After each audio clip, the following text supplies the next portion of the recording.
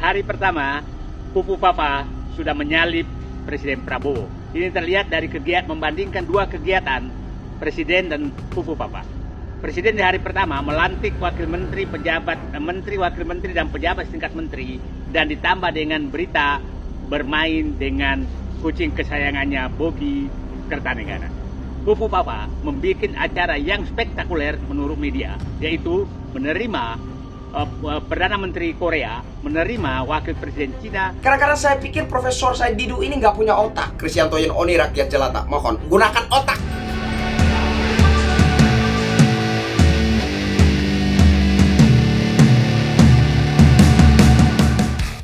Assalamualaikum warahmatullahi wabarakatuh. Salam sejahtera, shalom, Om Swastiastu, Namo Buddhaya, salam kebajikan.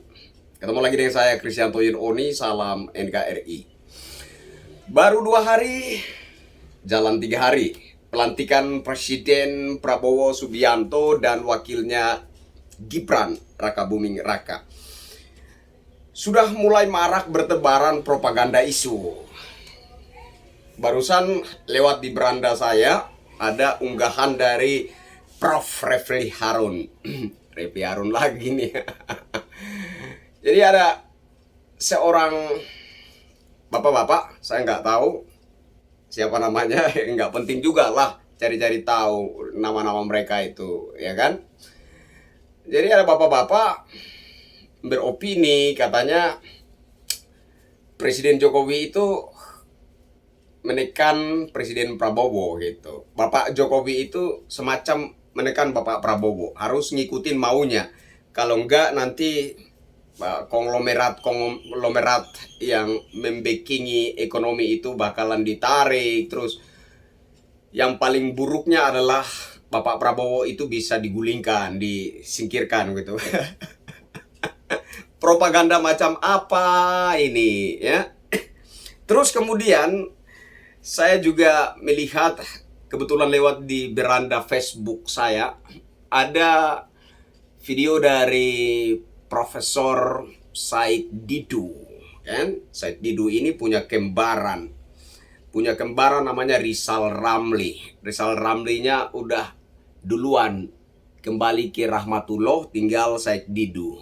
Apakah Said Didu ini pengen cepat-cepat juga kembali ke rahmatullah atau gimana?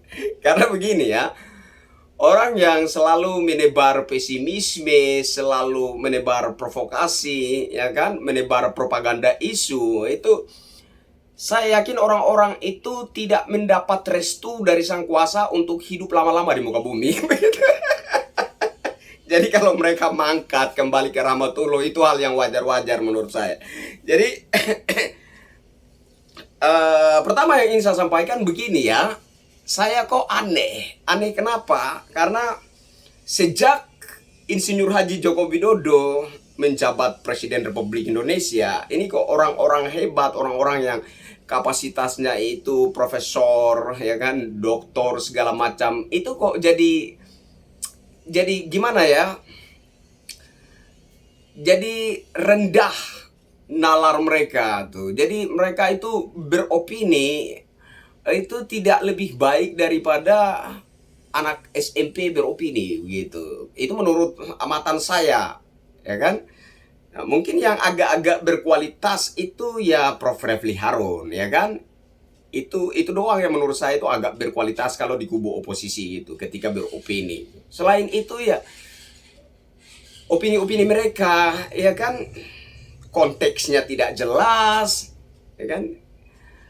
Apa esensinya juga nggak jelas, ya kan? Apa substansinya juga tidak jelas. Intinya nggak berbobot. Opini-opini mereka itu nggak berbobot. Pandangan-pandangan mereka terkait situasi dan kondisi bangsa itu nggak jelas, nggak berbobot. Nggak. Sekelas seorang profesor, contoh ya, seorang profesor, opininya itu berbasis nyinyiran, ya kan? Opininya berbasis cercaan, hujatan. Lalu di mana letak kelas intelektual Anda? Itu menjadi pertanyaan serius menurut saya, ya kan? Di mana letak kelas nalar Anda begitu. Kalau Anda beropini itu sekelas opininya anak SMP. Itu menurut amatan saya loh ya. Nah, intinya menurut saya begini.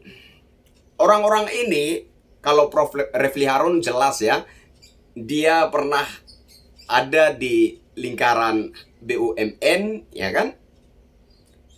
Tapi kemudian digeser, nggak dipakai lagi. Wajar kalau kemudian secara manusia itu ada kekecewaan, sakit hati, manusiawi, ya kan? Jadi ya wajar-wajar sajalah. Tapi untuk keseluruhannya menurut amatan saya itu begini. Mereka ini ya, untuk keseluruhannya, untuk secara umumnya itu Prof. Refli Harun, Prof. Amin Rais, ya kan, Prof. Said Didu, kemudian kembarannya ya, yang sudah mangkat duluan ke Rahmatullah, ya kan, Rizal Ramli. Terus siapa lagi? Ada Bang Faisal Assegaf, ya kan. Mereka ini adalah orang-orang yang merasa memiliki kapasitas, merasa paling pantas untuk diandalkan, tapi nggak kepake. Itulah masalahnya. Itu yang membuat mereka berang dan kemudian berangsur-angsur memposisikan diri sebagai perongrong. Mereka ini orang-orang perongrong, nggak perongrong negara, perongrong pemerintah. Intinya ketika mereka sudah mengatasnamakan demokrasi, kebebasan berpendapat, clear. Nggak ada halangan, nggak ada hambatan, begitu. Kira-kira seperti itulah orang-orang ini di mata saya, begitu ya. Jadi, sejujurnya secara pribadi itu saya sesali. Kenapa orang-orang yang kelasnya itu, ya, kelas intelektualnya itu sangat tinggi, tetapi apa yang mereka sampaikan itu kok jadi nggak berkelas, jadi nggak berbobot, itu menyedihkan. Sejujurnya itu menurut saya sangat-sangat menyedihkan, begitu. Jadi kita maklum-maklum saja gitu. Kalau Prof. Said Didu mulai mengumbar narasi propaganda isu, wajar. Karena itu tadi, merasa memiliki kapasitas, merasa lebih pantas diandalkan, tapi nggak kepake oleh negara. Ya wajar gitu. Kalau Prof. Refli Harun sudah sejak digeser dari BUMN, memang sudah seperti itu, ya kan? Sering berbunyi. Dan saya melihat orang-orang ini pada akhirnya, sekalipun mereka itu titelnya profesor, titelnya doktor, pada akhirnya mereka akan menjadi YouTuber aja. Pada akhirnya mereka itu hanya akan menjadi pegiat sosial media biasa gitu, yang sama sekali nggak dipakai oleh negara. Lagian saya pikir-pikir begini ya, misalkan saya jadi presiden, misalkan loh ya, misalkan saya jadi presiden, lalu saya mulai mempertimbangkan untuk menggunakan orang-orang ini dalam tim saya. Loh, ini kita kerja untuk negara loh ya, kerja tim namanya. Tentu saja saya mulai menganalogi dong. Tentu saja saya mulai mempertimbangkan, layak tidak orang-orang ini bergabung dengan saya? Kira-kira nanti sealur sejalan tidak? Kira-kira mereka bisa mengikuti visi misi saya tidak? Secara sepanjang bertahun-tahun, opini-opini mereka, pandangan-pandangan yang mereka utarakan itu selalu bentrok dengan pandangan saya. Nah, kalau kita kerja tim, itu yang pertama itu kita harus bicara tentang kekompakan. Oke? Kerja tim harus mengandalkan kekompakan. Tidak ada satu pekerjaan yang bisa diselesaikan dengan maksimal oleh tim tertentu apabila dalam tim tersebut, tim yang mengerjakan itu tidak ada kekompakan. Nah, jadi wajar kalau saya mulai mempertimbangkan, bisa nggak mereka saya gunakan? Bisa nggak mereka ikut dalam tim saya? Nah, bagaimana dengan pandangan-pandangan mereka selama ini yang selalu bentrok dengan pandangan saya? Maka sudah pasti meskipun kita menjadi satu tim dalam mengerjakan sesuatu, tetap saja akan bentrok. Nah, tidak mungkin sebagai seorang presiden akan menggunakan orang-orang yang selalu bentrok dengan pandangan dia. Bagaimana kalau pandangan-pandangan mereka nanti bentrok dengan pandangan saya, bentrok dengan visi misi saya? Nah, susah. Kita nggak bakalan bisa mengerjakan sesuatu yang berhasil, yang berguna bagi negara dan bangsa kalau secara pandangan selalu bentrok. Kalau pandangan-pandangan mereka nanti bentrok dengan visi misi saya. Itu pertimbangan seorang presiden. Sehingga wajar kalau mereka-mereka itu nggak dipakai. Begitu. Nah, kemudian yang kedua, kita juga bicara loyalitas. Ini kembali lagi masalah pandangan. Mereka menteri-menteri, para kepala-kepala badan usaha milik negara, mereka para komisaris, mereka itu adalah pembantu saya, anak buah saya. Saya mempekerjakan mereka dan kita sama-sama bekerja untuk negara dan bangsa demi tercapainya visi dan misi saya. Visi dan misi saya bagaimana memajukan negara dan bangsa ini.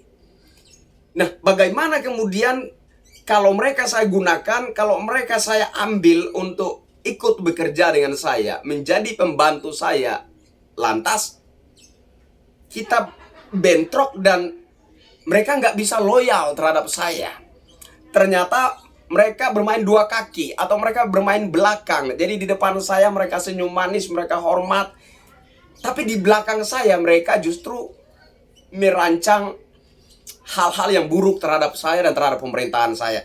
Tentu saja seorang presiden punya pertimbangan yang ketat seperti itu. Jadi wajar orang-orang ini nggak dipakai, itu wajar.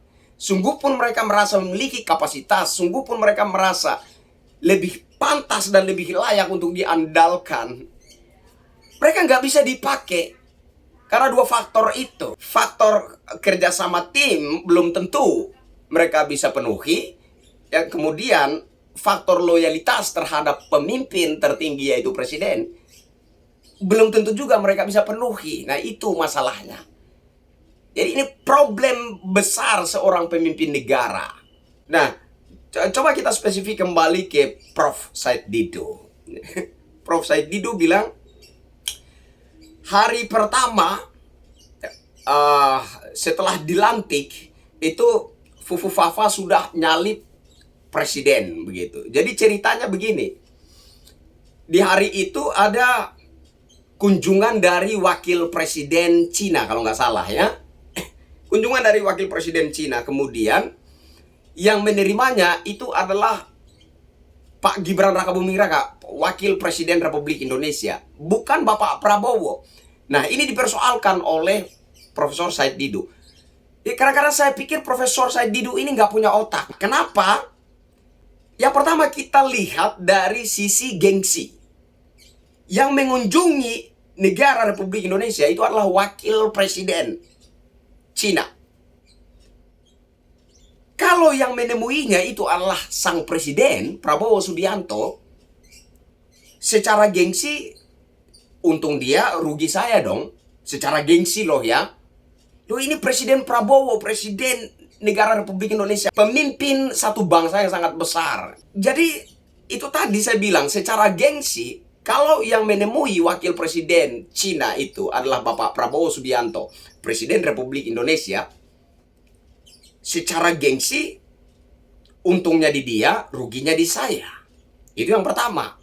Yang kedua begini, Presiden punya pembantu-pembantu seperti yang sudah saya singgung tadi. Ada menteri-menteri, kan? Ada kepala-kepala badan usaha milik negara, ada komisaris-komisaris dan lain sebagainya.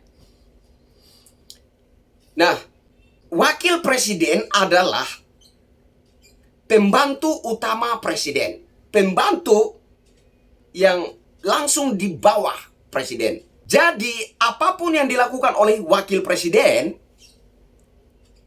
harus berdasarkan instruksi dan arahan dari presiden. Artinya, seorang wakil presiden tidak bisa melakukan sesuatu atau mengambil suatu kebijakan dari inisiatif pribadinya tanpa instruksi dan arahan dari Presiden Prabowo Subianto. Apakah Profesor Said Didu tidak memahami ini. Nah, ini yang saya maksudkan. Kenapa saya katakan Profesor Said Didu tidak punya otak? Kalau yang menemui wakil presiden Cina itu adalah wakil presiden Republik Indonesia, wajar. Memang sudah pada jalurnya itu. Tapi yang kedua, kalau semestinya yang menemuinya itu adalah Presiden Republik Indonesia Prabowo Subianto, tetapi kemudian yang menemuinya adalah Wakil Presiden Republik Indonesia Gibran Rakabuming Raka, sudah barang tentu itu merupakan instruksi dan arahan langsung dari Presiden. Tidak bisa Pak Gibran Rakabuming Raka sebagai Wakil Presiden Republik Indonesia mengambil inisiatif sendiri tanpa sepengetahuan, tanpa instruksi, tanpa arahan dari Presiden untuk menjumpai Wakil Presiden Cina. Tidak mungkin sama sekali. Jadi Profesor Said Didu, saya mohon ya, Kristianto Oni rakyat jelata, mohon gunakan otak. Dan kalau bisa ketika beropini diukur-ukur. Wah, saya ini profesor, jadi opini saya harus berbobot, harus berkelas, harus sesuai dengan level saya sebagai profesor. Jangan sampai Anda beropini seperti orang yang baru belajar berpikir. Itu maksud saya. Jadi saudara-saudara, ini dua opini yang menurut saya sangat tidak menunjukkan kapasitas orang-orang yang berkelas, tidak menunjukkan kapasitas profesor. Ya. Belum lagi kita bicara tentang Amin Rais. Ocehan-ocehannya, segala cercaannya itu tidak berkelas, tidak berbobot, dan sama sekali tidak menunjukkan citra dan kapasitas seorang profesor. Opini-opininya Pak Amin Rais receh. Yang saya pikir masih lebih berkelas opini yang dibuat oleh seorang anak SMP begitu. Jadi kembali kepada inti, saudara-saudara, mereka pada dasarnya adalah orang-orang yang tidak dilirik apalagi dipakai, diikutsertakan dalam lingkaran pemerintahan, sehingga wajar saja karena mereka sudah merasa, tadi dari awal saya sudah singgung, mereka sudah merasa memiliki kapasitas, merasa paling pantas diandalkan, tapi nggak kepake. Itulah masalahnya, sehingga mereka memang harus nyinyir seperti itu sebagai bentuk dari rasa kecewa dan sakit hati. Kenapa saya nggak dipakai? Ya kan? Kenapa saya nggak dipakai? Seperti Prof. Refli Harun udah pernah dipakai, kenapa digeser? Ya kan? Udah digeser, kenapa sampai sekarang nggak dilirik-lirik lagi gitu? Prof. Said Didu sampai sekarang kenapa saya nggak dipakai? Siapa lagi namanya itu, Bang Faisal Asgaf. Saya ini cerdas loh orangnya, saya ini paling bisa loh, bisa diandalkan loh. Tapi kenapa saya nggak dipakai-pakai sampai sekarang? Ya kan? Ya begitu-begitu aja gitu. Jadi kasihan sekali mereka ini ya, kasihan, berharap dipanggil ke Kertanegara oleh Bapak Prabowo, ternyata nggak dipanggil gitu. Prof. Mahfud MD dipanggil nggak ya? Prof. Mahfud MD dipanggil nggak ya? Saya jujur sebagai pribadi saya senang ketika, ini udah berapa menit ya, ketika ada pengumuman Ibu Sri Mulyani dipanggil juga gitu. Saya pikir, oh bagus. Memang Ibu Sri Mulyani harus dipertahankan. Kenapa? Karena menurut saya Ibu Sri Mulyani yang paling top, terlepas segala kekurangan dan kelebihannya ya, tapi dia paling top dalam mengatur masalah ekonomi suatu negara. Dia paling top menurut saya. Jadi saya bersyukur sekali ketika Ibu Sri Mulyani masih dipertahankan. Kemudian ada beberapa juga yang dipertahankan. Dan ini yang mulai diopinikan, katanya itu adalah arahan dari Presiden Jokowi sendiri, bahwa menteri-menteri ini harus dipertahankan gini-gini. Jadi Presiden Jokowi itu seolah-olah ngatur-ngatur Bapak Prabowo begitu. Jadi menteri-menteri ini harus dipertahankan. Ini video yang tadi saya lihat di channelnya Pak Refli Harun ya, Prof. Refli Harun ya. Menteri-menteri ini harus dipertahankan, terus nanti harus gini, harus gitu, dan lain sebagainya. Kalau nggak dipertahankan, kalau nggak mau nurut sama saya, kalau nggak gini gitu sesuai arahan saya, maka konglomerat-konglomerat yang membacking perekonomian negara itu akan angkat kaki. Kemudian nanti Presiden Republik Indonesia Prabowo Subianto bisa digeser, digulingkan, dan lain sebagainya. Aduh, ini opini-opini yang sangat tidak berbobot, sangat tidak berkelas, opini-opini yang kelasnya kelas anak SMP. Jadi buat orang-orang ini, yang siapapun namanya, saya minta tolong belajarlah untuk berpikir yang lebih berbobot. Sesuaikanlah pola pikir kalian itu dengan kapasitas pendidikan kalian, dengan kapasitas, dengan tingkatan intelektual kalian. Saya pikir hanya itu yang ingin saya sampaikan kali ini. Saya Kristianto Yenoni. Wassalamualaikum warahmatullahi wabarakatuh. Salam sejahtera, shalom. Om Santi Santi, Santi Om Namo Buddhaya. Salam kebajikan. Salam NKRI.